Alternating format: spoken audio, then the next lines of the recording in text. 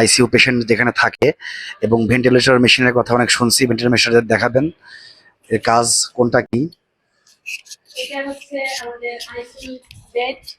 এখানে পেশেন্টকে আমরা এখানে রাখি। আইসিইউর সাপোর্টের স্যার যদি মনে করেন যে আইসিইউর সাপোর্ট লাগবে, তাহলে পেশেন্টকে আমরা প্রথমে আইসিইউর সাপোর্টটা রাখি। পিসিবি মোডে সাধারণত রাখা হয়, অনেক করে মোড থাকে। প্রথম স্টেজে পিসিভি মোডেই রাখা হয় ভাইয়াকে, পেশেন্ট পার্টিকে।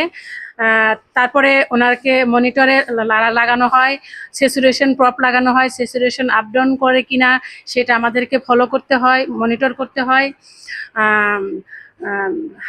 ওনার ব্লাড প্রেশার আছে কিনা, ওনার হাই টেম্পারেচার থাকলে আমাদের ইসিজি লিটে কোনো কিছু কমিউনিকেশন গ্যাপ হয়, সেটা মনিটরে সিগন্যাল দেয় যে ওটা কেন সিগন্যাল হচ্ছে।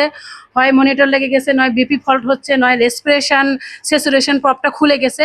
এগুলো আমাদেরকে সমস্ত কিছুই ফলো করতে হয়, ইন্সপেকশন করতে হয়। 1:1 পেশেন্টই সাধারণত থাকে আইসিইউতে।